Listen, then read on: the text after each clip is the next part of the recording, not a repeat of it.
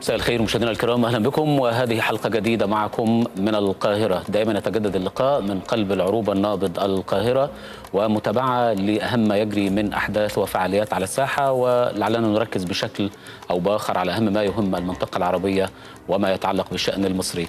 في حلقه الليله عندنا فقره مميزه جدا، حيث نلتقي المهندس محمد عبد الظاهر محافظ الاسكندريه في حديث نتمنى ان شاء الله وهو بالتاكيد لا ينقصه الصراحه. نتحدث عن اهم ملامح عمل المحافظه والمحافظ في عدد كبير جدا من الملفات التي تتعلق بحياه المواطن في الاسكندريه.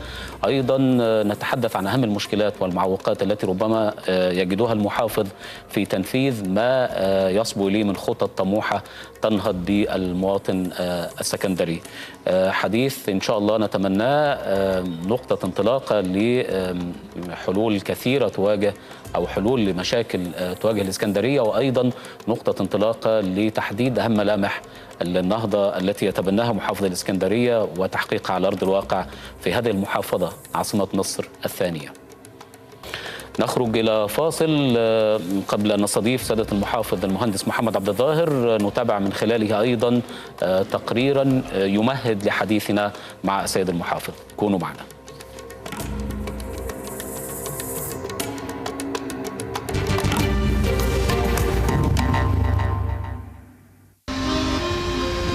مدينة الإسكندرية عروس البحر المتوسط، وجهة المصريين والأجانب الذين يعشقون سحر الماضي الممزوج بلمسات حضارية.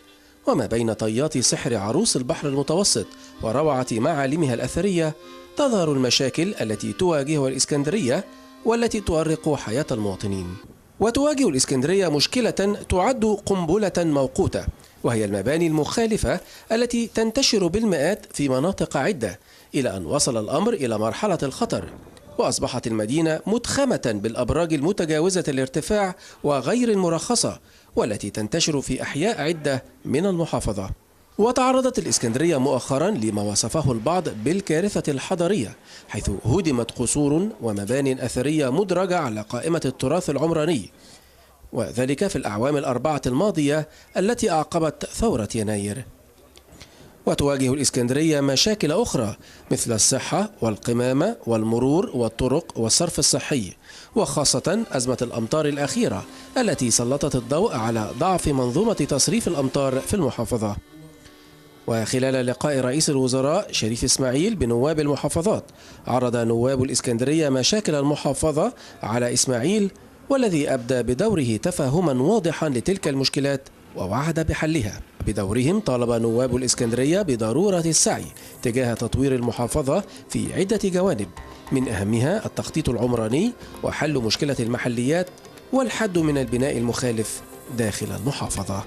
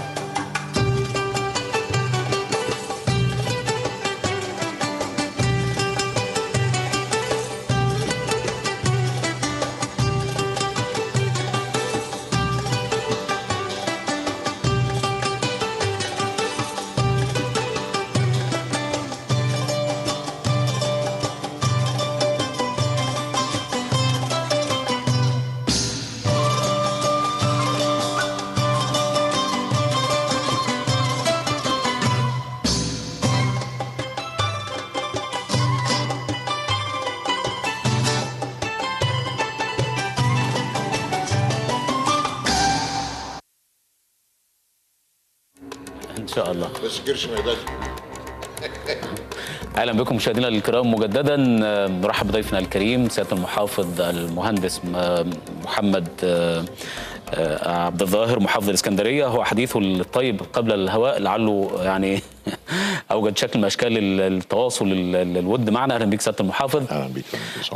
سياده المحافظ محمد عبد الظاهر في سطور سريعا قبل ان نبدا معه الحوار، شغل منصب امين عام الحكم المحلي عقب ثوره يناير، ثم محافظا للقليوبيه في يوليو عام 2013، ثم تولى منصب محافظ الاسكندريه في نهايه شهر ديسمبر من العام الماضي. مهندس محمد عبد الظاهر يعد واحد من أهم خبراء التنمية المحلية في مصر بوصفه الأمين العام للحكم المحلي عقب ثورة يناير. استطاع أثناء توليه منصب محافظ القليوبية أن يقدم نموذجا يحتذى به لأول مرة في التخطيط العلمي على أرض محافظة القليوبية. أيضا عمل على تنفيذ العديد من المشروعات المتعلقة بالبنية الأساسية وعدد من الكباري والأنفاق المهمة، وأنجز العديد من المشروعات الحيوية والمهمة للتنمية وخدمة المجتمع في محافظة القليوبية. ده طبعا كان أثناء فترة توليه منصب محافظ القليوبية.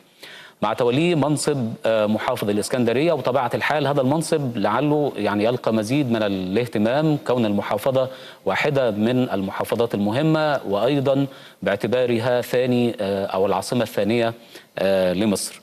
منذ توليه هذا المنصب منذ حوالي 3 أشهر عكف على التعامل مع المشكلات التي تواجه محافظة الإسكندرية والعمل على حلها. طبعا كان أبرز هذه الملفات إزالة التعديات على أراضي الدولة، التعامل مع ملفات العقارات والمباني المخالفة، إلى جانب تكثيف حملات رفع القمامة من مختلف أحياء المحافظة. طبعا كانت حصلت مشكلة الأمطار وعدم الصرف الصحي عمل بانتظام، ده طبعا واحد من الملفات المهمة لسيادة المحافظ بيعمل على حلها، ولعله أوجد أيضا شيء من الإنجاز في هذا السياق. إذا لدينا عدد كبير جدا من الملفات المهمة نضعها بين أيدي ضيفنا العزيز والكريم المهندس محمد عبد الظاهر محافظ الإسكندرية الذي نرحب به مرة ثانية. أهلا بك سيادة المحافظ. أنت عارف حضرتك طبعا في سياق حديثنا وطموحنا عن إحداث النهضة والتنمية الحقيقية في مصر، دايما المنصب المحافظ أو العلوم تتجه لأداء المحافظين، حتى مع كل تغيير وزاري أو ما شابه تجد بعض الأصوات تعلو بضرورة تغيير المحافظين أو تعديل أو ما شابه. من حيث المبدأ أو في حديث تمهيدي كده، طبيعة عمل المحافظ بتكون إيه أهم الملفات المحطوطة تحت إيديه والمفروض إن هو يشتغل عليها؟ أنا بشكرك الحقيقة على المقدمة الطيبة، وبتمنى إن احنا نقدر نكون عند حسن ظن الشعب الإسكندرية، لأن زي ما قلت لحضرتك اسكندرية غالية علينا كلنا ولها معزة خاصة، ونتمنى إنها تكون أحسن مدينة في مصر الحقيقة، لأنها يعني لها مكانة شعبية، شعب محترم، وهي موقع متميز في مصر، وكلنا بنروح هناك ونستمتع باسكندرية ولنا ذكريات هناك. أصابها بعض المشاكل الفترة اللي فاتت نتيجة الخلل اللي كان موجود، ونتيجة إن في المحافظة كانت انهارت وما كانش في مقر المحافظة تقدر تقدم منه خدمات أفضل للمواطنين. دلوقتي احنا بنعمل على إن احنا نرجع الأمور لوضعها الطبيعي، لكن قبل ما نتكلم عن الاسكندرية بشكل مباشر زي ما حضرتك قلت كده، هي الإدارة المحلية فين؟ لأن المنصب المحافظ معقود عليه آمال كتيرة جدا من المواطنين، وهم محقين في هذا، لأنه كان ده الطبيعي دايما بيكون في الوجه. الطبيعي إن هو المحافظ هو الأقرب إليهم، هو اللي في وسطهم، فاختيار المحافظين ده كان شيء مهم جدا، إنك تقدر تختار محافظين قادرين على هذا التواصل، قادرين على إنهم يقدموا خدمات أفضل للمواطنين. لكن مع هذا الاختيار ومع الكلام ده المفروض إن يكون في نظام محلي محترم يساعد المحافظ، مؤسسة محلية تساعد المحافظ اللي جاي ده على انه يقدم هذه الخدمات بشكل افضل. اسكندريه كان فيها مشكله، يمكن هي المحافظه الوحيده اللي ما لهاش مقر في المحافظات كلهم الحقيقه لحد دلوقتي، وبالتالي كان فيها مشكله طول ال5 سنين اللي فاتوا دول. احنا هنستلم المقر اخر الشهر ده، هننقل فيه باذن الله على اول الصيف، هنبقى موجودين، هنقدر ساعتها نعمل نظام افضل لخدمه المواطن. لكن هي الاداره المحليه عشان برضو يبقى الناس واضح ليها الكلام، وده شيء مهم.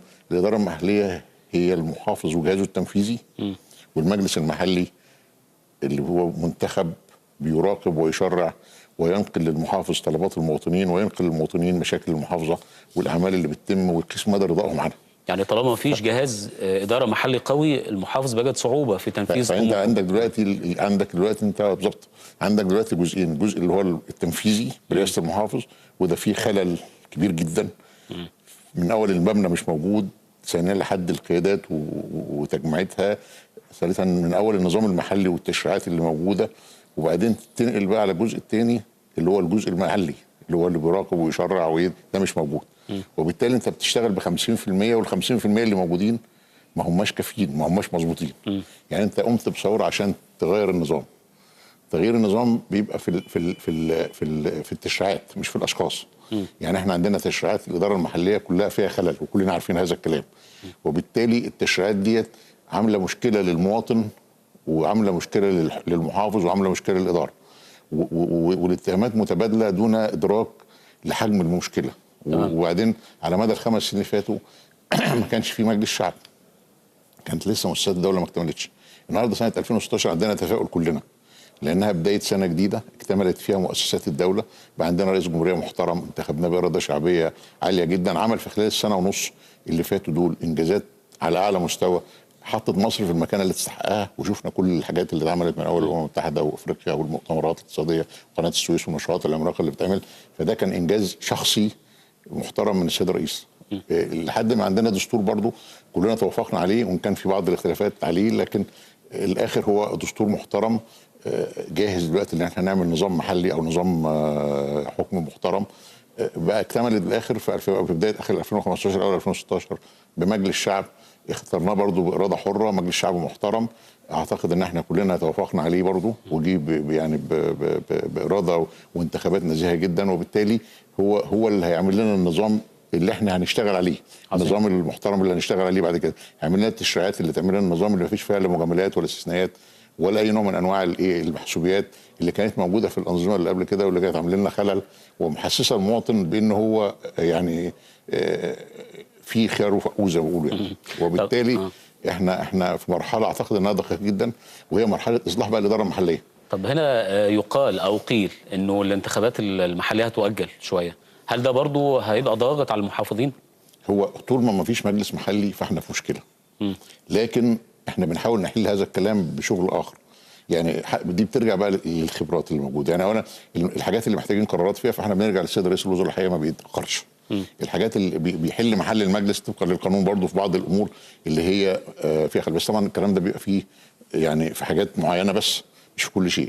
الحاجه الثانيه اللي احنا تواصلنا مع المواطنين من خلال بقى الصحفيين من خلال الاعلام من غيره. يعني انا وجودي مع حضرتك النهارده له هدف اساسي ان انا اقدر اوصل للناس انا بعمل ايه واقول لهم ايه اللي بيحصل علشان يقدروا يفهموا ايه اللي بيدور. صحيح. لان هم مش عارفين يعرفوا منين، مفيش مجلس محلي بينقل لهم. فوجودي مع حضرتك من خلال الاعلام حتى لو في مجلس محلي تواصل حضرتك برضه مع الاعلام ده شيء بالظبط. ما هو ده واجب علينا دلوقتي ان احنا نعمل هذا الكلام على الاعلام الحر المحترم، لان هو ده الاساس. هم دول يعني المجلس المحلي بتاعنا دلوقتي هم دول اللي بينقلوا للمواطن يعني دور المجلس المحلي موجود هنا النهارده في الاعلام. احنا هنيجي لاسكندريه تحديدا، بس انا عايز استغل خبره حضرتك في الاداره المحليه لانه الحديث ده طبعا برضه بيهتم بيه كثير من الناس طبعا. فكره تواجد المحافظ وعمله يعني في ذهن الناس هنا عند شعبنا الطيب ربما برضه هو مرتبط في ذهنه شخص الرئيس وبعد منه المحافظ، لا يعني كم التفاصيل او التفريعات دي، مهم اداء المحافظ بيكون ايه. فمن وجهه نظرك يعني ايه اللي يميز المحافظ عن محافظ؟ ايه اللي يخلي المحافظ ده مميز في ادائه عن المحافظ الاخر؟ ايه اللي يخلي المحافظ ده يعني واجهه جيده لفكر الرئيس او تنفيذ طموحات الرئيس للدوله؟ هو اولا لازم يكون في نظام محلي محترم. ده الاساس. يعني احنا بنشوف اوباما مثلا في امريكا تمام. ما احنا شايفينه انه شخصيه فلته يعني. لكن مع مؤسسه كويسه بتدير له الموضوع وهو بيدير من خلال المؤسسه. عنده مشكله في المؤسسه المحليه دي اللي احنا بنتكلم عليها، عشان كده احنا عايزين نصلح المؤسسه المحليه، وده اللي احنا بنقول عايزين نعمل تشريعات وقوانين تصلح من حل المؤسسه المحليه. حضرتك اشتغلت على التشريع او القانون المحلي ما هو ده مهم. انا كنت رئيس لجنه تعديل قانون الاداره المحليه وانا امين عام الحكم المحلي. فكنا بنشتغل كان القانون اللي هو على الدستور القديم مش على الدستور الحالي. وبالتالي درسنا ولقينا ان في مشاكل كتير جدا. ولما جه الدستور ده برضو في بعض المشاكل في قانون الاداره المحليه. يعني احنا لما جينا نعمل الدستور ما خدناش حد يمثل الاداره المحليه في لجنه الدستور. وبالتالي في مشاكل محتاجه حرفه كبيره جدا عشان نهرب يعني نعديها في الدستور ونعمل اداره محليه مظبوطه. لان دي مرحله اصلاح الاداره المحليه، فلازم في المرحله دي يكون في حرفيه عاليه جدا في عمل قوانين محليه تعمل نظام محلي محترم. لان احنا في مشاكل كتير في حرف في كلمه، لان يعني الواحد مش يعني ما لا فيش لا مجال طبعا. ان احنا مش هناخد فيها نسير بس لمراحل معينه او لاشخاص معينين، لكن احنا وصلنا لمرحله سيئه جدا في الاداره المحليه. طيب انا برضو دون الدخول في تفاصيل، بس الناس برضو عشان تعرف برضو دور حضرتك واللي عملته فاثناء توليك هذه الفتره في الاداره المحليه، كان فعلا في محاولات لاخونه الاداره المحليه في الفتره دي؟ يعني الحمد لله ان احنا قدرنا. يعني انا عندي كان 362 قياده محليه.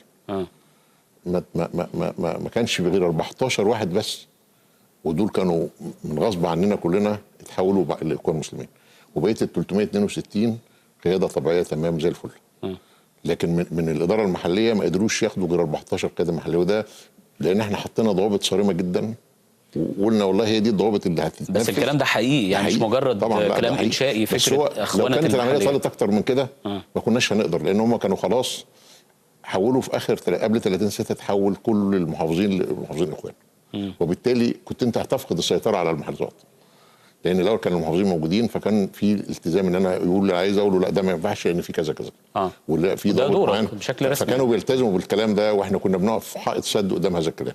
لكن اعتقد ان احنا بعد ما كان المحافظين في اخر 6 اللي هو قبل 30/6 على طول كانوا كل المحافظين تقريبا بقوا اخوان، وبالتالي كنت انت مش هتقدر تسيطر. لكن عشان كده الحمد لله ان ربنا نجى مصر، لان الوضع كان في صعوبه كبيره جدا. ودلوقتي هم موجودين بشكل اكتر كثافه تحت التراب، بيشيروا الجدل الكبير جدا من خلال الكتائب الاعلاميه بتاعتهم، وبيسيئوا لكل مؤسسات الدوله والقيادات الدوله.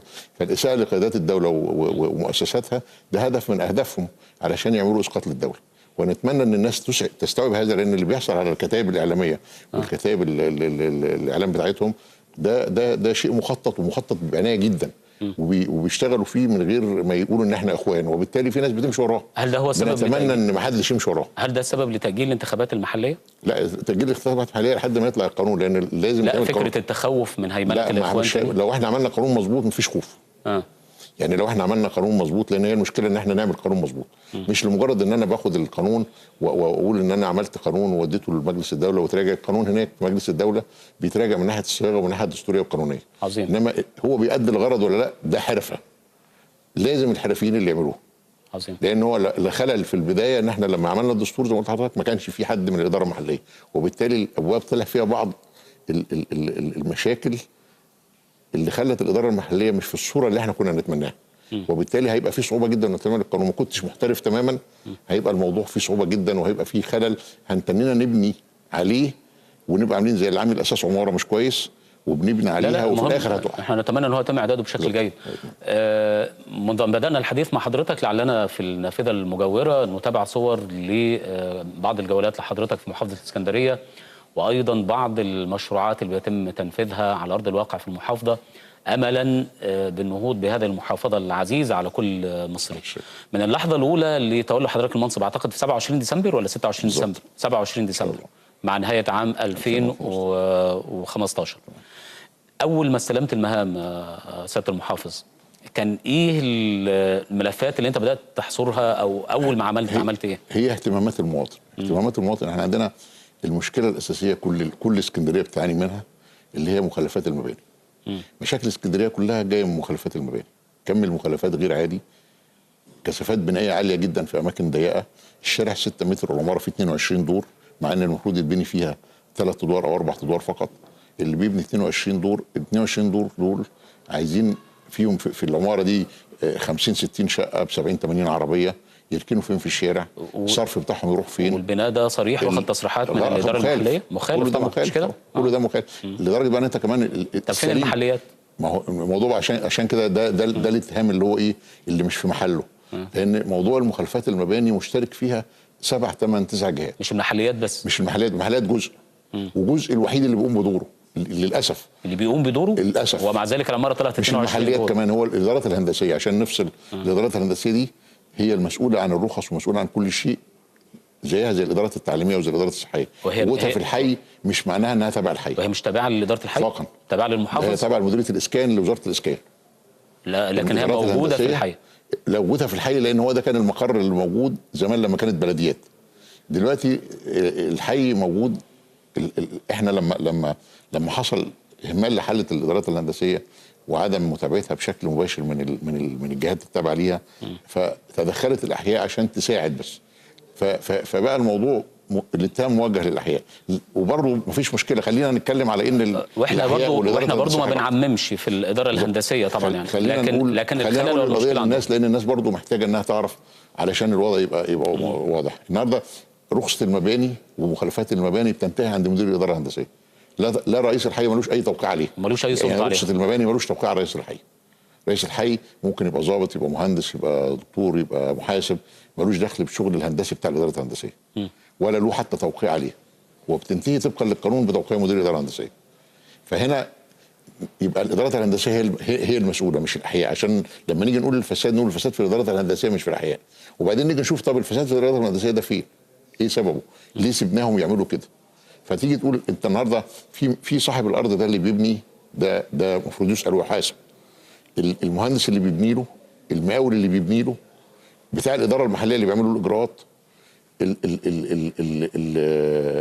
شركات المرافق اللي بتوصل له المرافق، الشرطه اللي المفروض تيجي عشان تامن عمليه الازاله، القاضي اللي المفروض يحكم له، التشريعات اللي موجوده. ما ده كله مش كل ده في المنظومه اللي انا بقول لك عليه، التشريعات، كمان المواطن اللي بيشتري شقه مخالفه، كل دول داخلين في منظومه البيت اللي طلع ازاي. ما ده كله مش مبني يا فندم على قرار الاداره الهندسيه. ما هو الاداره الهندسيه يعني الراجل المقاول لما يجي هيقول لك ما انا معايا تصريح من الاداره الهندسيه. خليني اقول لك بس الاداره الهندسيه بتعمل ايه؟ بتيجي تقول لك البيت بيطلع قدام باب الحي، يروح يقول له القانون قال له روح قول له اقف، بيروح ما بيقول له اقف، ما بيسمعش الكلام، بيعمل له محضر استئناف اعمال برضه شغال، فيعمل له غرامه يوميه وقرار ازاله ويبعته للقسم، ومحضر مخالفه يبعته للنيابه، وهو كده قام بدوره ومحدش يقدر يحاسبه. بيقعد يستنى بقى الشرطه تيجي عشان تامن الازاله. احنا عارفين في ال5 سنين اللي فاتوا دول كان في صعوبه جدا. فهو رئيس بتاع الاداره الهندسيه او الحي مش المفروض ان هو يروح يشتغل الا في وجود الشرطه، ما ينفعش يروح الا في وجود الشرطه. تمام. ممكن يشتغل بعنتريه شويه، يشتغل يروح يقبض على خلاطه، لكن لو لقى في مشكله لازم يرجع، لانه في الحالات دي بيتهم ان هو عرض حياه الناس اللي عنده للخطر. انا مش بقول الكلام ده مش بدافع عن حد، لان الناس ساعات تقول لك انت بتدافع، لا انا مش في فساد، في فساد، لكن الفساد ده بسببه ان المنظومه مش مظبوطه، ان التشريعات ما هيش مظبوطه، وبالتالي النهارده انت ال7 8 جهات دول مين اللي قام بدوره فيهم؟ هل المقاول اللي بنى صاحب الارض ده قام بدوره؟ لا، ده بنى مخالف ومفروض يسال ويحاسب. المقاول اللي بنى له ده المفروض يتشطب من سجل المقاولين. المهندس ده المفروض يتشطب من نقابه المهندسين. الحي قام بدوره زي ما حضرتك بتشوف اهو. يعني عمل محضر المخالفه وبعتها للنيابه وقرار ازاله بعته الاسم وقاعد مستني، فهو الوحيد اللي قام بدوره اهو. المواطن اللي بيشتري ده المفروض ما يشتريش لانه شريك. الشركات المرافق اللي بتسيبه يسرق مرافق او بتوصل له المرافق المفروض ما تعملش هذا الكلام، ودي بقت شركات قابضه بتخضع على المكسب والخساره. الشرطه الله يكون في عونها، احنا بنعذرها في الفتره 5 سنين اللي فاتوا كنا احنا يعني في مشكله، فالنهارده الشرطه ما بقتش موجوده، ما كانتش موجوده، دلوقتي بدات تيجي وتشد حيلها في الازالات، فالحمد لله بدات الامور تخف شويه لان الشرطه هي اللي بتامن هذه الازاله. القاضي عنده تشريعات ودي مخالفه للاسف، مخالفه ما هياش جنايه، يعني سرقه التيار الكهربائي جنايه، مخالفه المباني دي زي مخالفه العربيه، مخالفه مش جنايه، فبتقعد في المحكمه 3 4 سنين على ما بتحكم فيه سواء بالايجاب او بالسلب، وعنده الاف القضايا في مخالفات المباني، وبالتالي ما فيش ردع، ما بقاش في ردع، يعني القاضي ما فيش حكم يرضع، الشرطه مش قادره تيجي تزيل، المواطن بيشتري، الكهرباء بتتسرق والمرافق. طب في ظل التحديات دي، في ظل التحدي دي حضرتك بتشتغل ازاي بقى او بتواجه المافيا انت ازاي؟ طول النهار بقى لو انت بتتهم بالك دلوقتي 10 15 سنه بتتهم الاداره المحليه بالفساد. طب احنا عارفين ان القضيه، طب ما بنحلهاش ليه؟ طب بتوع الاداره المحليه دول ما بتحبسوش كلهم ليه؟ والقضايا وانت شايف النهارده طول النهار مثلا مخالفات موجوده، لا لان في اطراف اخرى لابد ان تسال، ما تقدرش تسالها، يعني انت ما تقدرش تقول للشرطه انت ما جيتش ليه؟ وما تقدرش تقول للقاضي انت ما حكمتش ليه؟ ولا تقدر تقول للمجلس الشعب انت بتشرع تشريعات مش مظبوطه في الفتره اللي فاتت عشان تطلع تشريعات. عشان كده احنا في انتظار تشريعات جديده بقى تحل المعادله دي، تحدد المسؤوليات والادوار وتحاسب المقصرين، يبقى الوضع سليم ومحدد. انما النهارده الامور تاهت، تقول لك تزال بطريقه اداريه من المخالفه، مين اللي يزيل؟ ما تقالش امتى يزيل، ما فيش. الشرطه دورها ايه والحي دوره ايه مش محدد، فكل واحد بيعمل دوره اللي قال عليه. انت عارف المهندس بتاع الحي لازم يعمل دوره، للاسف شوف هو الوحيد اللي قام بدوره وهو الوحيد المتهم، الباقيين كلهم ما حدش بيجيب سيرته، وبالتالي هنا احنا شخصنا غلط فعشان كده العلاج مش مظبوط. عايزين نشخص صح، لازم نحدد الادوار والمسؤوليات على كل الاطراف. نقوم هنا في الحاله دي انا مش بشيل التهمه عن الناس اللي عندنا. الناس عندنا احنا بنحاسبهم على 7 سير عشان ينزلوا في المهدي كمان، بس ساعات ما بيقدروش، لان كم المخالفات في اسكندريه كان كبير جدا في فتره الانفلات. يعني انا بقول لك وصلوا عدادات كوديه ل 330,000 عقار، 1000 شقه، يعني حوالي 33,000 عقار. عارف حضرتك 33,000 عقار دول لو انت حبيت توصل لهم عدادات بتاع ده مرافق رسمي تاخد منهم مبلغ قد ايه؟ من العماره بتاخد منها من مليون ل 2 مليون حسب مساحتها. ده اللي هو عشان توصل لها المرافق. لو انت خدت المليون ده من ال 33,000 عقار عملت 33 مليار جنيه ما تاخدوش. دول كمان ما تحصلوش. لو انت قلت لهم انا هتصالح معاك وهاخد منكم مليون جنيه عشان تتصالحوا كانوا هيدفعوه. فده 33 مليار تانيين كانوا هيروحوا للمحافظه، ما اندفعوش لان في خلل. عشان كده احنا املنا كبير جدا في مجلس الشعب اللي موجود ده انه يعمل لنا بقى تشريعات تحدد الادوار دي وتحط المسؤوليات هنا وتحاسب المقصرين. طب انت تعامل حضرتك مع الملف ده فكره الازاله هي الحاكمه ولا انت حضرتك ممكن تتصالح؟ اولا لا، التصالح في المخالفات التي لا تضر بالصحه. انا مش ممكن، انت عارف مش ممكن تيجي انت في عماره وعامل 22 دور في شارع 6 متر وتتصالح معاه. طبعا مستحيل. انت زي ما قلت لحضرتك دلوقتي. طب ده حتى لو كانت وصلت له عدادات ميه وكهرباء؟ ده المفروض ما ينفعش. ده كلام مخالف للقانون. القانون بيقول تحظر توصيل المرافق على خط المخالفه. فعشان اعمل اي حاجه لازم اشرع تشريع جديد. لو انا ما عملتش كده يبقى انا مش في دوله مؤسسات، يبقى انا النهارده بعمل شيء مخالف للقانون. فالمفروض ان انا المواطن ده يعني النهارده لما اجي اقول اتصالح معاه يبقى انا بديله يستفيد من مخالفته. يبقى انا عارف حضرتك لما تيجي المواطن الشريف النهارده بقى لازم يخالف. ليه؟ لان النهارده لما تيجي تقول واحد محترم، مقاول محترم بيدفع ضرائب الدوله، بيدفع حقوق الدوله، بياخد رخص، بيشتغل، يقوم يبني في الشارع ده 3 4 ادوار. ده القانون بيقول له كده. فيبني 4 ادوار فيلاقي اللي جنبه بني 22 دور.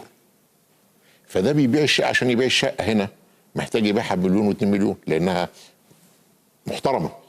طب الثاني بيبيعها ب 600 700 الف جنيه ولا 500 ولا 300 الف جنيه ويبيع، لا بيدفع ضرائب ولا بيدفع مستحقات الدوله ولا بيدفع تراخيص ولا بيدفع اي حاجه، وبعدين يبيع ويسيب المشكله بينك وبين المواطن. يعني هو خد فلوسه وهرب واستفاد وصدر المشكله بينك انت وبين المواطن. بقى المواطن دلوقتي عايز منك مرافق وعايز منك خدمات وعايز ولو ازلت له البيت محتاج بيت تاني، محتاج بديل. وبقت مشكله انت اتحطيت فيها نتيجه ان انت قصرت في تنفيذ القانون، او ان القانون قصر في انه يعمل نوع من الردع والحسم. وبالتالي النهارده انت لو واحد قتلت واحد وبعدين تقول بقى خلاص اللي اتقتل سيبه ده عايش ما تعدموهوش، ما ينفعش. اللي غلط لازم يتحاسب، لان اذا امنت العقاب اسأت الادب. صحيح. وبالتالي اللي حاصل في اسكندريه ان ما كانش حد بيتحاسب، فزادت المخالفات بكم غير عادي. فزادت المخالفات ديت، بوظت الصرف الصحي، بوظت الميه، بوظت المرافق بتاعت الشوارع، خلت المرور متكدس.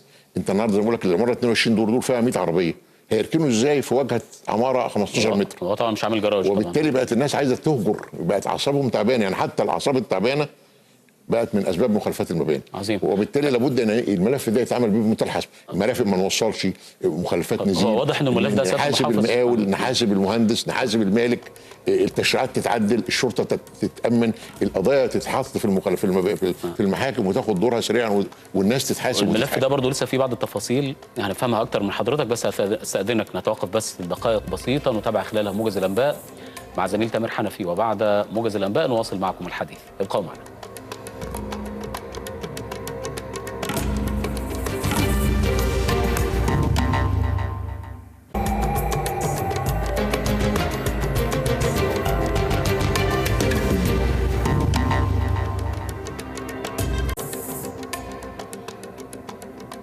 اهلا بكم مجددا. نجدد تحيه لضيفنا الكريم سياده المحافظ المهندس محمد عبد الظاهر محافظ الاسكندريه. اهلا بك مره ثانيه يا فندم. وحديث حضرتك الرائع بيؤكد انه ملف ازاله المخالفات ده واحد من الملفات اللي نتمنى ان شاء الله ربنا يوفق حضرتك فيها، ولو احدثت فيها يعني شيء من الخلخله او النجاحات اعتقد انه هيذكر ليك ان شاء الله بكل خير الى جانب الامور الاخرى. فيما يتعلق بالمخالفات، لان انا عندي بعض الامور الاخرى لازم نكلم حضرتك فيها سريعا. فهمت من كلامك انه نقطه البدايه تعتمد على تشريع قوي، يواجه المخالفات في المباني دي. ده هيتطلب من حضرتك كمحافظ تنسيق مع مجلس المحافظين بان انتوا تقدموا مثلا مشروع قانون لمجلس النواب، ولا هتستنوا مجلس النواب هو اللي يبادر بمشروع قانون يضبط المساله؟ الاثنين، سواء هم عملوا او احنا عملنا، المهم يبدا. لان هي زي ما قلت لحضرتك التشريعات هي اللي هتحل هذه المشكله. احنا عندنا زي ما قلت لحضرتك النظام هو التشريعات، مش النظام هو الاشخاص. الاشخاص ده جزء مهم جدا، نختار اشخاص كويسين مدربين مؤهلين قادرين اثبتوا كفاءه في مكانهم عشان تحطهم في القياده المحليه وتتابعهم وتدربهم كده. لكن النظام اللي بيشتغل عليه بقى، انت جايب واحد كويس بيشتغل بنظام مش مظبوط، يعني الآلية بتاعته مش مظبوطه. عشان كده القوانين بتاعتنا محتاجه انها تتعدل وتتحدد. يعني انت عارف حضرتك لما بتتحدد الادوار ولما يبقى العقاب رادع وسريع، مش لازم يبقى رادع بس يبقى سريع حتى. هيبقى لما الدكتور الجنزوري الله يديله الصحه عمل امر الحاكم العسكري سنه 96، كان الامر الحاكم العسكري عشان يمنع هدم الفيلات ويمنع يبني بناء على الارض الزراعيه. ودي مشكله ثانيه عند حضرتك. فديت موجوده في كل حته دلوقتي. فزائد لما عملوا كان الهدف منه الردع او سرعه الحساب. يعني هو ما فيش تشريعات زياده ولا في عقوبه زياده، الا ان هو كان بيودي اللي بيخالف هذا الكلام للمحكمه العسكريه. فالمحكمه العسكريه كانت تحكم عليه في خلال شهر بالحبس، لان هو واحد هد فيلا او واحد بنى على ارض زراعيه مخالفه ما فيهاش اشكال الردع. كانت بتعمل ردع سريع. الردع ده خلى الناس وقفت خلاص ما عملتش حاجه. فهنا لما بيبقى في ردع ما حدش بيخالف. لكن لو سيبنا كل واحد اللي قتل ونقول خلاص ما قتلش، الناس كلها تقتل. اللي سرق ونقول معلش. انما النهارده ده المخالفه المباني دي خطر علينا كلنا. احنا ما احناش في صراع مع المقاولين، زي ما بقول لحضرتك النهارده حتى المقاول المحترم بيضطر انه يخالف. لا هي يعني وضحت حتى حضرتك اكدت على عدد من النقط مهمه، فكره انها بتصدر مشاكل في الميه وفي الصرف الصحي والزبالة. في الزحام. ده الزباله النهارده انت عندك توجد حاله اجتماعيه منفره حتى 3 ادوار عملت 20 دور. فال20 دور زود بقيه المدينه 4 مدن فوق بعض. فالزباله بقت عايز 4 زبالين بدل زبال، والميه عايز 4 ماسوره الميه والصرف والكهرباء عايز تغيرها.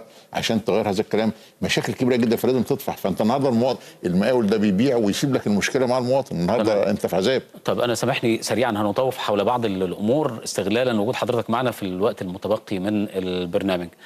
الى جانب ازاله المخالفات او التعديات، برضو مشكله لعلها برضو تكون ظاهره في اسكندريه بشكل واضح، فكره انهيار بعض العقارات القديمه. ده حضرتك بتتعامل معاها ازاي؟ هو زي ما قلت لحضرتك هي مشكله الناس. يعني احنا مش في صراع، اولا ما احناش في صراع مع المقاولين ولا مع الناس. أكيد. لكن العقارات الاسكندريه المناطق القديمه اللي فيها الميه والرطوبه والبحر بياكل البيوت بسرعه، ودي بيوت كلها كانت معموله على غير اسس سليمه، وبالتالي بتنهار. يعني حتى العمارات الجديده دي لو في هزه ارضيه صغيره، مش البيوت القديمه بس، هزه ارضيه صغيره او خلل، ومعظم العمارات دي مايله كمان، خلي بالك حضرتك ده هي ساند على بعضها. لان انت لما تيجي تعمل في شارع 6 متر 22 دور، العمارات المخالفه دي ازاي هتعمل اساسات تتحمل 22 دور في شارع 6 متر؟ هتحفروا له ازاي اساسات؟ انما هم بيبنوا وبعدين يبيعوا ويمشوا ويسيب لك المشكله. فالعمارات دي كلها مهدده انها تنهار على دماغ اي حد. انا واحد من ممكن ابقى ماشي في الشارع العماره تقع عليا، ابني رايح يزور واحد صاحبه في العماره تقع عليه. فكلنا مش انا لوحدي. فعشان كده دي ظاهره مجتمعيه لازم كلنا نقف ضدها. في حصر ليها يا فندم في المحافظه؟ تعملوا حصر للعمارات؟ عاملين طبعا، وعاملين كل القرارات الازاله وموجوده في الشرطه، الله يكون في عونهم. الحقيقه دلوقتي باذلين مجهود جدا، بشكر مدير امن. عشان كده احنا لما بدانا نتعامل بشده مع المخالفات المباني قلت. هو في لسه ناس بتبني بس قلت كتير عن الاول. لكن المقاولين طبعا هم محاولينها لصراع. انا مش بصراع معاهم ولا حاجه، احنا ما احناش في صراع، احنا بننفذ قانون. احنا في صراع مع ان احنا نبني هذه الدوله، مع صراع ان احنا نبقى دوله مؤسسات والقانون يسود على الكل. لان المحترم النهارده مش عارف يعيش وسط اللي مش محترم. طب حضرتك ذكرت المواطن او الانسان البسيط، هيعمل ايه وهو رايح يشتري شقه؟ هل هيروح يسال عليها في المحافظه مثلا؟ هو عارف، ولا هو المواطن عارف، بس لو جالي انا بقول له ما تشتريش شقه مخالفه. ده دور مهم جدا له. هيعرفها ازاي يا فندم انها لو مخالفه؟ سالني هقول له. يعني هو من غير ما يعرف. المفروض ان العماره ديت لما تكون مخالفه، لو هي مرخصه بيكتب ان دي عقار مرخص بالترخيص رقم كذا. مش كاتب هذا الكلام يجي عندي في الحقيقه انا هقول له. لكن هل ممكن ياخد ترخيص ويعلي برضه اكتر من الترخيص المسموح؟ لا، ما هو ده مخالفه برضه. ما هو ده اللي بيحصل بقى مع الناس لما بيلاقي نفسه باني 3 ادوار واللي جنبه 22 دور، يقول لك طب انا هعمل ايه؟ يعني انا حتى فعشان كده بقى ومفيش حد بيعاقبه. يعني اللي باني 22 دور ما حدش بيعاقبه. يعني بشكل موجز اي حد رايح يشتري شقه في ده انا مستعد ارد عليه نفسي شخصيا. اقول له لما تشتريش شقه مخالفه وتعالى اسالني وانا اقول لك. لان المساله خطيره فعلا. انت المفروض انك بتبني مره ونص عرض الشارع. يعني الشارع مثلا 6 متر تبني 3 ادوار، تبني ارتفاع 9 متر، 10 متر في 15 متر. فده انت لما يكون مسألة واضحة يعني وبسيطة يبقى بالظبط واضحه محتاجه. لما تلاقي نفسك بقى زياده عن كده يبقى ده كله مخالف. كله مخالف مفيش فيه كلام حتى لو كان واخد رخصه. طب واحد من التحديات التانية بتواجه حضرتك ودي برضو ملامحها ظاهرة في اسكندرية، التعدي على الأراضي، ولا اعتقد المشكله دي برضو واخده مساحه من جهد حضرتك. هو ملفات اسكندريه مخالفات المباني زي ما قلت لحضرتك عامله مشاكل في كل الاتجاهات، فاحنا بنحلها لان انت عامل زي المرض اللي هو بيطلع لك، انا اسف، دمامل يعني. كل ما تعالج دمل يطلع لك دمل تاني. كل ما لازم نعالج المرض مش نعالج العرض. عشان كده مخالفات المباني ديت لازم يبقى لها حل، لانها هي سبب مشكله الزباله، هي سبب مشكله الصرف، هي سبب مشكله التكدس المروري، هي سبب مشكله الميه، هي سبب مشكله الحاله النفسيه السيئه اللي عند الناس. وبالتالي ده لازم ينتهي ان شاء الله. هنتكلم بقى في الاعراض دي كلها وهنحاول نحلها واحنا بنوقف مخالفات المباني. في موضوع التعديات على اراضي الدوله، ده موضوع كان اسكندريه مشهوره بيه تماما. هو مرتبط فقط بالمباني ولا ممكن تعدي؟ لا، ده اراضي الدوله مستباحه في اسكندريه. وده اللي مخليني داخل في صراع كبير جدا مع كل المتعدين على اراضي الدوله، ان احنا بنزيل وبنرجع. يعني احنا اول امبارح مرجعين 44 فدان 42 فدان اراضي دوله متعدى عليها. قبل منها مرجعين 160 فدان اراضي دوله متعدين عليها. ده واضح انه مساحات كبيره جدا. مساحات كبيره، لان انت عندك المناطق مفتوحه وبياخدوها يعملوها جراشات، يعملوا يحوط بسور ويبني حاجات داخل المكان. يعني الناس هناك لان ما حدش بيحاسب، فعدم الحساب ده خلى كل واحد يحوش يكوش على قد اللي يقدر عليه. فبقت التعديات على اراضي الدوله ده شيء يعني صعب جدا في اسكندريه، واحنا ملف مش هنسكت عنه. هل المحافظ معني بده؟ رغم ان الكلام ده بيعمل لنا مشاكل كتير جدا، يعني بيعمل لنا مشاكل التعديات على اراضي الدوله، التعامل مع مخالفات المباني، حقوق الدوله عند الناس، كل ده اللي ضايعه. المحافظ معني ان هو يشتغل على ملف زي ده، ولا يحيلوا الجهات سياديه زي القوات المسلحه؟ لا القوات المسلحه فكره انها بتساعدنا في عمليه تنفيذ الازاله. ما هو ده اللي انا قصدي عليه. طبعا بتساعدنا القوات المسلحه والشرطه الحقيقيه بيساعدونا جامد في الازالات على اراضي الدوله بالذات. لان ده انا ملف مش ساكت عليه، لان انا النهارده المخالفات المباني دي انا عايز امنحها. طب لما همنحها المقاولين هيشتغلوا فين؟ فانا مثلا ال 160 فدان اللي انا رجعتهم دول بنعمل لهم تخطيط دلوقتي علشان نعمل فيهم مدينه سكنيه راقيه مثلا، ونديها للمقاولين يتفضلوا ابنوا. عايز تبني نعمل مدينه فكان متميز، اتفضلوا ابنوا ادي مدينه سكنيه، ابنوا وبيعوا واشتغلوا وخدوا ارض من الدوله وباسعار معقوله. ما عندناش مشكله انك تبني وتشتغل، لكن ان واحد يتعدى عليها وياخدها لحسابه. وكمان على حضرتك كمان حتى المدن الجديده ما تكونش برضو بشكل عشوائي يتم لا ما انا بقول لحضرتك احنا بناخد الارض دلوقتي ليها بفكر مثلا 2050، يعني الناس بالزبط. تبني بشكل للمستقبل اللي جاي، مش مجرد بنزيل ونخطط، مش مجرد الابنيه اللي بتبنى دلوقتي. يعني بنزيل ونخطط عشان ندي للناس تبني مدن بشكل كويس، فيها نوادي وفيها خدمات، مدارس ومستشفيات، كل شيء بتتخطط على مستوى جنب. يعني حتى في ارض ثانيه جنب اليكس وست بنخططها دلوقتي عشان برضه نديها للمقاولين في اماكن متميزه علشان يبنوا، عشان المستويات الاجتماعيه تلاقي اماكن. الملف ده يعني مهيمن عليه ما يمكن تسميته مافيا مثلا. طبعا وده بعض رجال الاعمال الفاسدين ولا مواطنين بسطاء. احنا بنحارب من جهات كتيره جدا. يعني انا كمحافظ من ساعه ما بقالي 3 اشهر هناك دخلت في 100 عش دبابير في تعديات على املاك الدوله، وانك تزيل الناس ديت بعد ما كانت قاعده بقى لها سنين في المكان، ده شيء صعب جدا. هيعادوك طبعا اكيد. طبعا الاخوان المجرمين عداء طول النهار والليل، شتيمه ما بيبطلوش. يعني لدرجه انك تقدر بقى شيء يعني خلاص بقى حاجه في حياتك اليوميه. وفي ناس طبعا بتمشي وراه ما تعرفش اذا كانوا اخوان مش فاهمين يعني، لكن وعداتهم كبير. وكتائبهم منظمه، اصحاب المخالفات المباني واقفين برضو ضدك، اللي هم متعدين على ارض الدوله واخدين حقوقها، واللي مجرين الدوله في حاجات كتير عندنا في اسكندريه والشواطئ وكل ده. انت داخل في كل الاماكن دي وكلهم واقفين ضدك، فبتلاقي عندك عدد كبير جدا ضدك. القليوبيه كانت ارحم يا سياده. لا القليوبيه ناس محترمين واسكندريه ناس محترمين. ناس محترمه. بس قصدي في حجم المشاكل. المصالح في القليوبيه اقل كتير من المصالح في اسكندريه. يعني انا اصحاب المصالح في اسكندريه كتير جدا. القليوبيه ناس طيبين ومحترمين وهم يعني، واهل اسكندريه على راسنا طبعا. انا قصدي في حجم المشاكل يعني، لكن ما عندهمش كم التعداد، لان هم مش مدينه كبيره زي اسكندريه، هي مدن. فبتلاقي المدينه بمشاكلها صغيره يعني، وناسها اللي هم يعني كلها كمان محافظه زراعيه، فكلها اراضي ملكيات زراعيه. يعني اقصى حاجه عندك البناء على الاراضي الزراعيه. انما اسكندريه تعدي على الاراضي الصحراويه اللي ماشيه من اول اسكندريه لحد برج العرب، ده ملف صعب جدا. كميه من الاراضي لو رجعت واتخططت واتباعت مظبوط يمكن تسد ديون مصر. صحيح.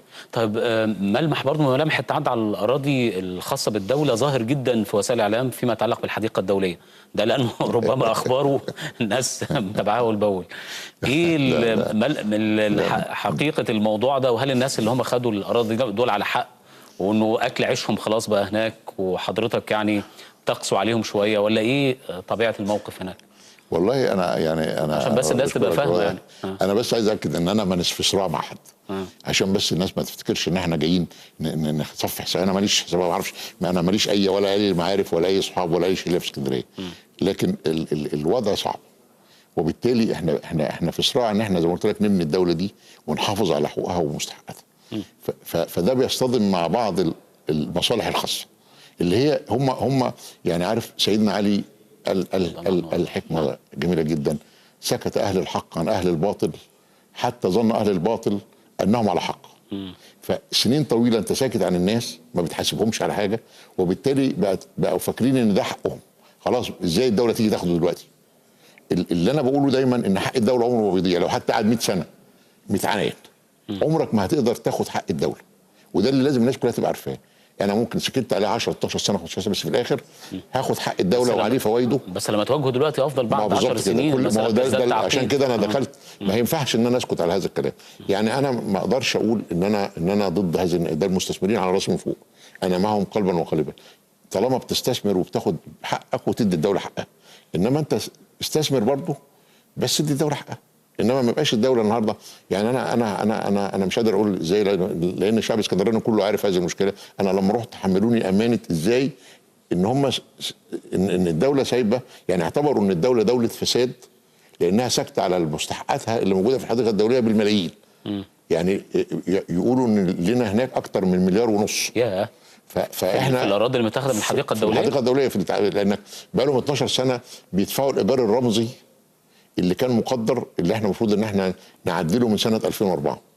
وبالتالي يعني انا مش عايز اقول ان الكلام ده صعب جدا، يعني انا مش عشان بس ما حدش يفتكر ان احنا بنطلع نشوه صوره حد ولا نقول لحد، بس مثال بسيط ان ان ان ان, إن بعض الاشخاص منهم في اسكندريه فيها مستثمرين والله العظيم 3 رجال شرفاء محترمين على اعلى مستوى، مفيش كلام، وهم يعني عصب من اعصاب من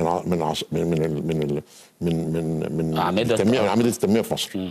لان هم عندنا 40% مثلا من صناعه البترول في مصر، عندنا مناطق الصناعيه بتاعت برج العرب على اعلى مستوى، حتى في داخل اسكندريه المناطق والمستثمرين بيستثمروا في كل شيء. فهم مستثمرين شرفاء جدا، بس زي ما قلت لك انت مع وضع هم قعدوا استمروا 12 سنه فاعتقدوا ان هم بقوا اصحاب حق. عشان كده احنا بنقول لا، ده حق الدوله مش هيضيع. لما يكون واحد بياخد المتر في السنه بجنيه وربع، يعني في الشهر ب10 صاغ، يعني بياخد المتر من الدوله ب10 قروش اللي هي اتمنعت من سنه 2004، وبيأجروا ب 300 جنيه و 400 جنيه. شوف، من 10 صاغ، مش جنيه حتى في المتر، لا ده جنيه في المتر في السنه مش في الشهر. فبياخدوا في الشهر ب10 صاغ ويأجروا ب 400 جنيه، وتيجي تقول له اديني جزء من المبلغ اللي بتكسبه ده للدوله، يقول لك لا. والمكان ده بيجيب له مكسب اكتر من كده بكتير. النهارده بيدر عليه دخل. واحد مثلا المساحات اللي موجوده انا عندي 16 مستثمر رئيسي، هم 18 في 2 يعني محطات محموله او كده، لكن 16 مستثمر رئيسي. احد مثلا المستثمرين ياخد مثلا 80,000 متر ب 100,000 جنيه في السنه، يعني المتر بجنيه وربع في السنه، يأجروا ب 25 مليون جنيه في السنه. طيب ويديك 300 جنيه؟ ويديني 100,000 جنيه. 25 مليون جنيه، الزكاه بتاعت ال 25 مليون جنيه دول اكتر من 800,000. يعني هو ما بيديكش حتى الزكاه، يعني ما بيديش الدوله الزكاه. وليه الدوله تتعامل مع مبدا الزكاه؟ انا بقول لك انا بدي لك مثل عشان الناس بتقول انت مفتري على المستثمرين.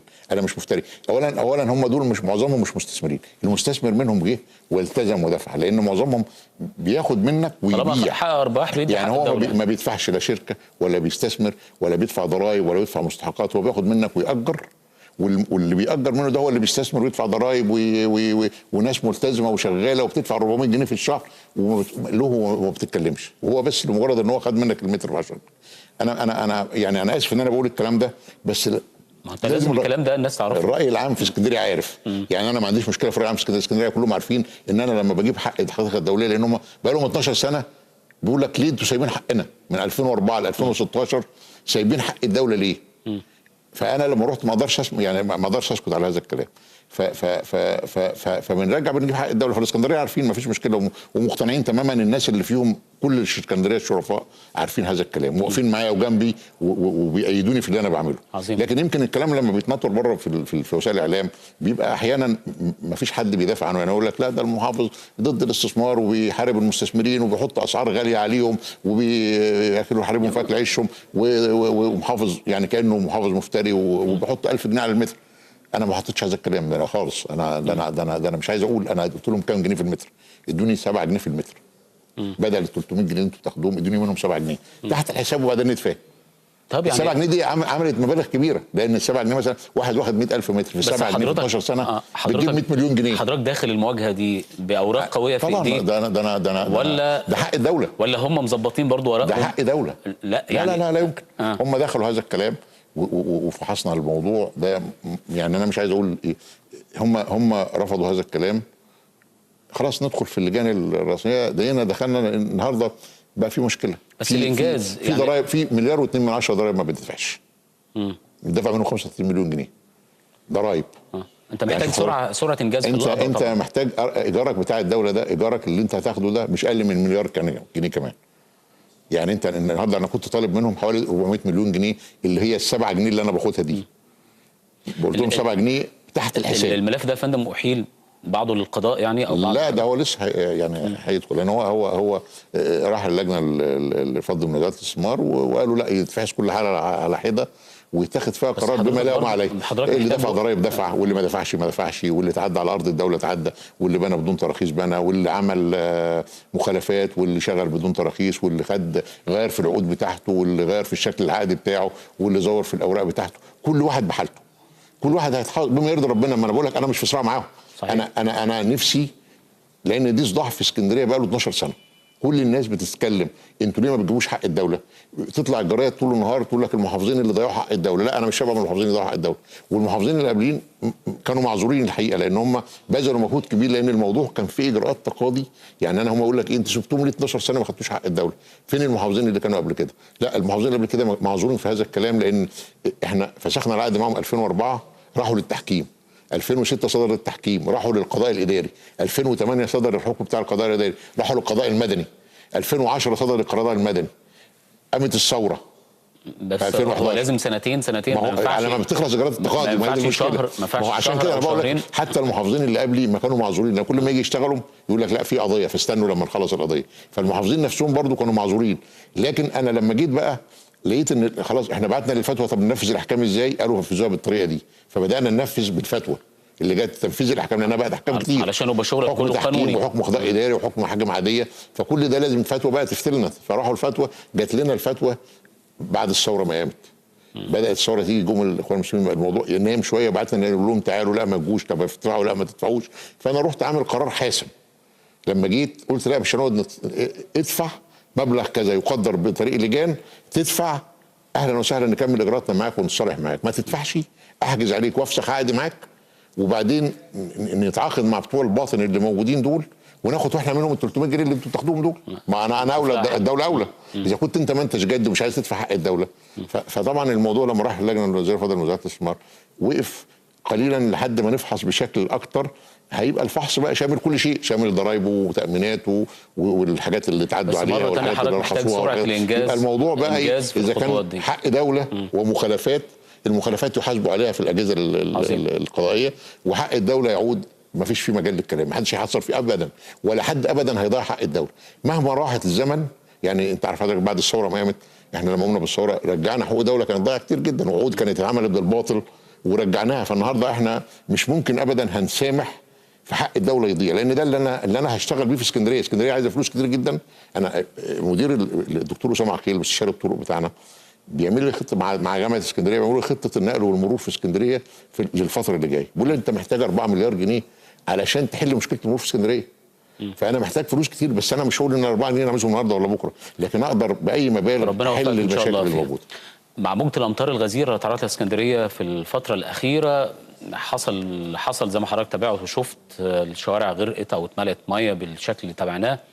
ده اثار قصه او قضيه الصرف الصحي في المحافظه والشبكه يعني البنيه الاساسيه بالنسبه للمحافظه. ده واحد من الملفات موجود على مكتب حضرتك ولا مأجله شويه؟ لا، هو واحد من الملفات وشغالين فيه الحقيقه. السيد الرئيس شخصيا تدخل في هذا الموضوع وادى دعم لهذا الموضوع، والملف ده بتقوم به وزاره الاسكان، لان هي شركات المياه والصرف تتبع مباشره وزاره الاسكان والجهاز التنفيذي لمياه الشرب والصرف الصحي، وميزانيتهم عندهم وخططهم عندهم وتوقيتاتهم عندهم. حضرتك اشراف عليهم او احنا بننسق معاهم، لكن الاشراف الشغل كله عند وزاره الجهاز التنفيذي وللوزاره، لكن احنا ننسق معاهم لان ده يعني الناس في اسكندريه فاهمه كده انه الملف ده مش تحت ايد حضرتك. تحت ايدنا كناحيه اشرافيه تنسيقيه، لكن كناحيه اداريه مسؤوليه في وزاره الاسكان والجهاز التنفيذي بتاعه. لكن هم باذلين مجهود كبير جدا، وكمان الجيش داخل معاهم الحقيقه، فبذلوا مجهود كبير جدا عشان النقط اللي كان فيها خلل كبير تقريبا احنا يعني عالجناها كلها. يتبقى زي ما بقول لحضرتك ان شبكه الصرف نفسها لا تتحمل هذه الكثافات البنائيه، وبالتالي انت عندك ماسوره قد كده في شارع 6 متر انت ما تقدرش توسعها لان الشارع ما يستحملش. الشارع ال 6 متر ده انت حاطط فيه ماسوره تكفي ال4 ادوار اللي موجودين عشان تكفي ميه وصرف وكهرباء وغاز في هذا الشارع، ما تقدرش تكبر اي ماسوره منه. لما يبقى بقى ال 22 دور دول هيصرفوا فين؟ يبقى عشان كده احنا قدامنا الحل الوحيد ان انا امنع توصيل المرافق له، لان ده لما هوصل له المرافق سكن يعني نزل لي ميه وصرف في الخط لا يتحمل، فالصرف يدفع. انت ربنا وفق حضرتك، انت شغال في الملف ده ان شاء الله تنجز فيه مساله الازاله. هنلف في كل المشكله ونلاقي ان سببها الاساسي مشكله مخالفات المباني، عشان كده لابد ان نتعامل معاها بمنتهى الحسم ومفيش فيها نوع من التهاون. نفس مشكله القمامه مرتبطه بالمساله دي بالظبط، برضه نفس الشيء، بس هي القمامه فيها مشكله كبيره جدا. يعني مشكله القمامه في اسكندريه، اولا احنا الشركه عقدها كان ينتهي في 1/4 ده اول امبارح ينتهي، وكان المفروض امبارح يكون عندي شركه جديده بتنزل تستلم اسكندريه باسس سليم. دي شركه لكن مصريه، طبعا في الفتره اللي فاتت ما حدش عمل هذا الاجراء. شركه مصريه المفروض كان يكون فيه لكن لحد دلوقتي ما كانش تم طرح. يعني انا جيت ما حدش طرح وجهز لي شركه عشان تستلم. من عمليه الطرح والترسيه والتاهيل والتجهيز بتاخد لها يجي سنه. فانا لما جيت بدانا نعمل، يعني كان في مقترح لكراسه شروط لكن ما كانتش مكتمله. احنا جينا عملنا كراسه شروط جديده بمواصفات جديده نتلافى بها كل السلبيات الكراسه القديمه او الشركه نظام العمل اللي موجود مع الشركه القديمه. الكراسه دي بتتراجع دلوقتي مع الجامعه ومع وزاره البيئه ومع كل الاجهزه، وهندخل معانا اعضاء مجلس الشعب. قدام حضرتك حوالي 3 شهور مثلا على ما تيجي شركه جديده. لا ده قدامي سنه. انا مديت للشركه 6 شهور. هتعمل ايه في السنه دي؟ ما انا مديت للشركه اللي موجوده دي 6 شهور. تمد لها 6 شهور كمان عشان انا ما عنديش. ما انا المفروض كنت لما اجي الاقي في شركه بقول لحضرتك امبارح بتشتغل في اسكندريه في اول ابريل، ده ما جاش. فبالتالي مدينا له لحد 10 على شهر 10 احتمال ان احنا نقدر نخلص ولا لا، لان انت عمليه التاهيل والترسيه والطرح والاجراءات دي كلها بتاخد وقت طويل. طب الشركه اللي موجوده حاليا شغاله كويس؟ شغاله بقى، احنا دعمناها شويه. دلوقتي الكورنيش بتاعنا واسكندريه اعتقد انها بقت الكورنيش والمناطق السياحيه اللي في اسكندريه على اعلى مستوى. بقت يعني متميزه جدا. الكورنيش دلوقتي بيتغسل يوم بيوم، خصوصا الصيف داخل خلاص، عشان الصيف داخل. وبنحاول بقدر الامكان ان احنا ندعمه تماما وبنتعاون.